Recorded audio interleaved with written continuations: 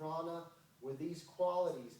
Now with these qualities, they're ready to begin to strike the lens of your consciousness. And the lens of your consciousness has the information from your soul's incarnation and the information from your body's generation. And the lens of your consciousness, once that information passes through the lens of your consciousness, it becomes time. And everyone has a different relationship with time. And your relationship with time determines your experience in life. Because your time, you actually produce with your lens of consciousness. You actually produce your version of time. That's why don't go to somebody and go, no, you got to see it this way. No, you got to see it this way. I'm not telling you that you got to see it this way. I'm telling you that this is the way it is. Whatever way we want to see it after we have this little lecture is up to us. Not only is it up to us, but the way we see it is the path that we have to walk through to get to that pranic quality of existence. So what you want to do is you want to note, what is your experience now, these days? What is your experience? Because what you can do is that you're like Hansel and Gretel. I've seen these billboards up. I say, yeah, Hansel and Gretel. Wasn't it Hansel and Gretel that did the breadcrumbs? Mm-hmm. Just forget about the bird eating the breadcrumbs for a moment, because that doesn't work in my metaphor. But if your existence comes from the void, and you haven't woken up yet because there's nothing to wake up, and it's here, and then it's here, and then it's here, and now it's time, and time is actually something that you can experience. There's breadcrumbs all the way back. There's a pathway that you can trace back. And that's what you do in chanting, in meditation. That's what you do. And we do the yoga, the kriyas, the asanas, the pranayams, in order to get our system to a place where we don't have physical noise, so that the body will release us, so that we can actually go through the sensation of tracking back, tracking back, tracking back.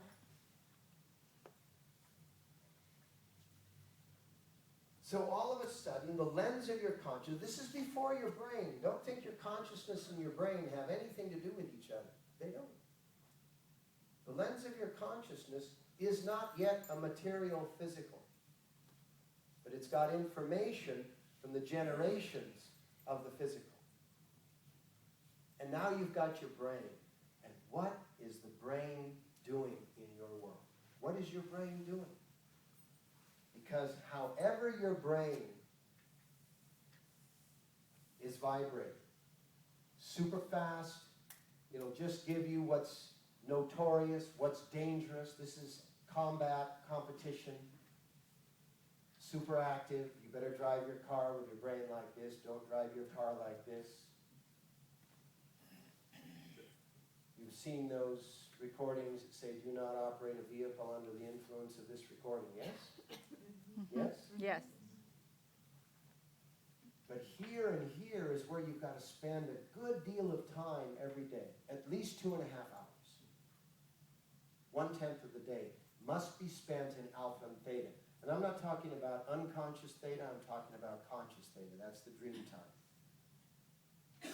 Because the brain frame opens up so vast that as this 8.4 million per moment options of your sensory system is rotating, the brain, if you have it really open, you can actually dial in where you want to feel. Inspired?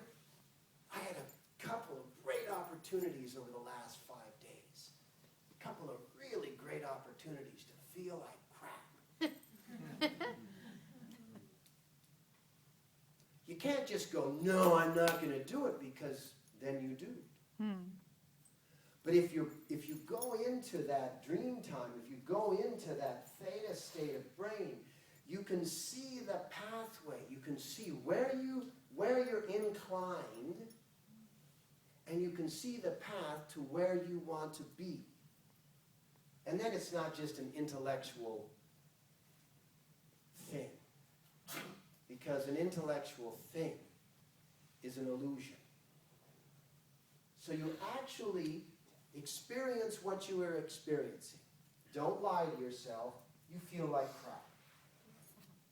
But if you get into that sensation, you can see where's the pathway. Where was the pathway in? Where's the pathway out?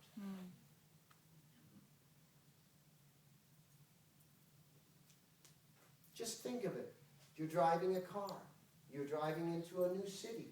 You have no idea what the new city is, but you know where you want to go. You drive and you think you might know where, and you suddenly realize that you have no idea where you are in relationship to where you want to be. But you do know where you are. You look up and you see, okay, there's 2 signs up there, and there's a number on that building.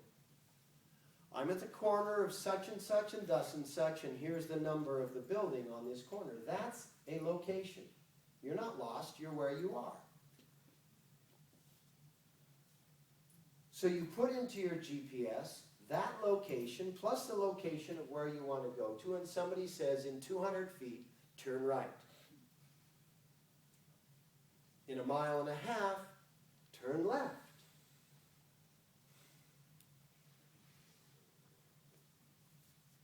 Are you listening? Are you listening to the voice in your GPS? Because if you have a strong intention,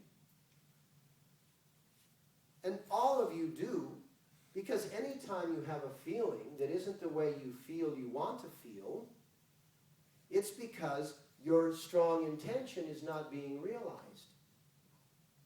But if all you do is complain about what's going on, you're not actually inputting any of the information into your system. That's why being honest, I feel like crap, and here's where I am, instead of whistle a happy tune.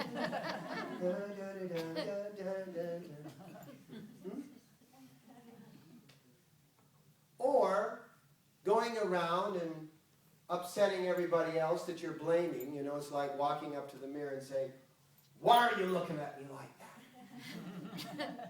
Why do you have to look like that all the time? I mean, if you saw somebody doing that, you'd go,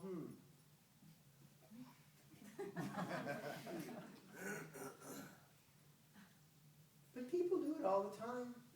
Blame each other. Have these, interactions with each other. It's just a mirror.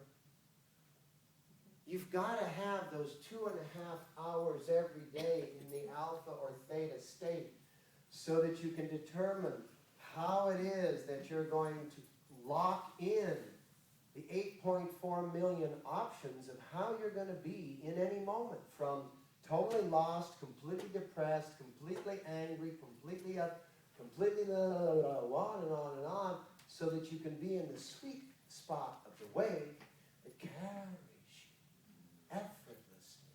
All you have to do is think of it, and it occurs. But we're so accustomed to struggle that when we get into the point of when we think of it and it begins to occur, we don't feel good. So we have to keep going in and out of that state. That takes years. Don't think it's a quick fix.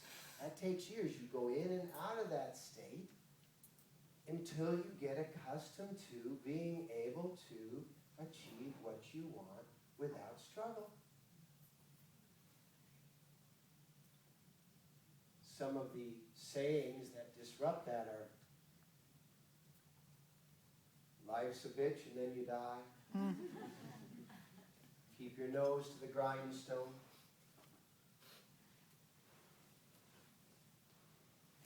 all of these are just expressions that occurred to people that are caught in their time wave. They're producing time that doesn't feel right. So they create these seeming laws that govern what life is. But life isn't that. Life can be that. And if life is that, mark it.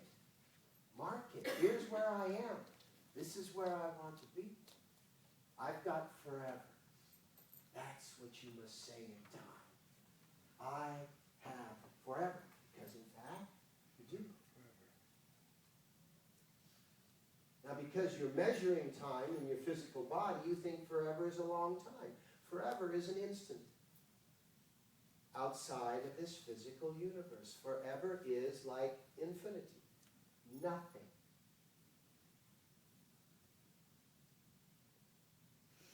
And time is an illusion.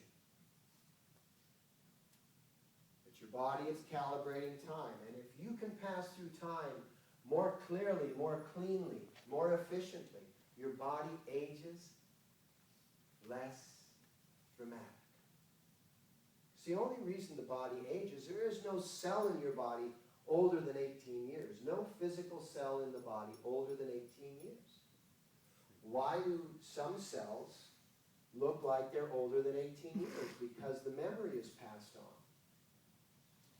But what if you hacked that system and changed the memory? So that the memory that was passed on wasn't the memory of 18 years of struggle. And you can do this through a cycle of 18 years. You can change the way your cells duplicate. By the way, some of the cells in your body are only days old when they replicate. The superficial cells. The blood cells replicate every 112 days. The ones that live 18 years are the deep bone cells, the deep nerve cells. Nerve cells need to live for a very long time because they carry all of the information. And for one nerve to be able to learn from another nerve, all nerve bundles have an active nerve and then have apprentice nerves. And the apprentice nerves are learning what the active nerve knows, how to run the information. It's a phenomenal system. The interesting thing about polio is that polio attacks the active nerve. Unlike a broken spinal cord, polio paralysis doesn't have to be permanent. Milton Erickson, the father of Ericksonian hypnotherapy and NLP, neuro-linguistic programming, was brought from Milton Erickson's understanding, was struck by polio as an older teenager. And what he did to relearn to walk was he went and sat around toddlers, gatherings of toddlers, preschoolers, back in the early 20th century. And he just sat with them. He didn't talk to them. They weren't like communicative. They weren't like super verbal.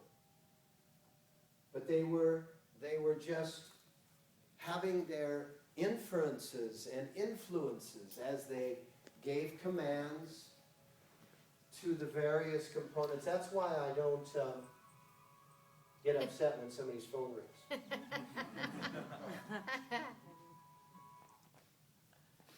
Because phones ring, that's what they're supposed to do.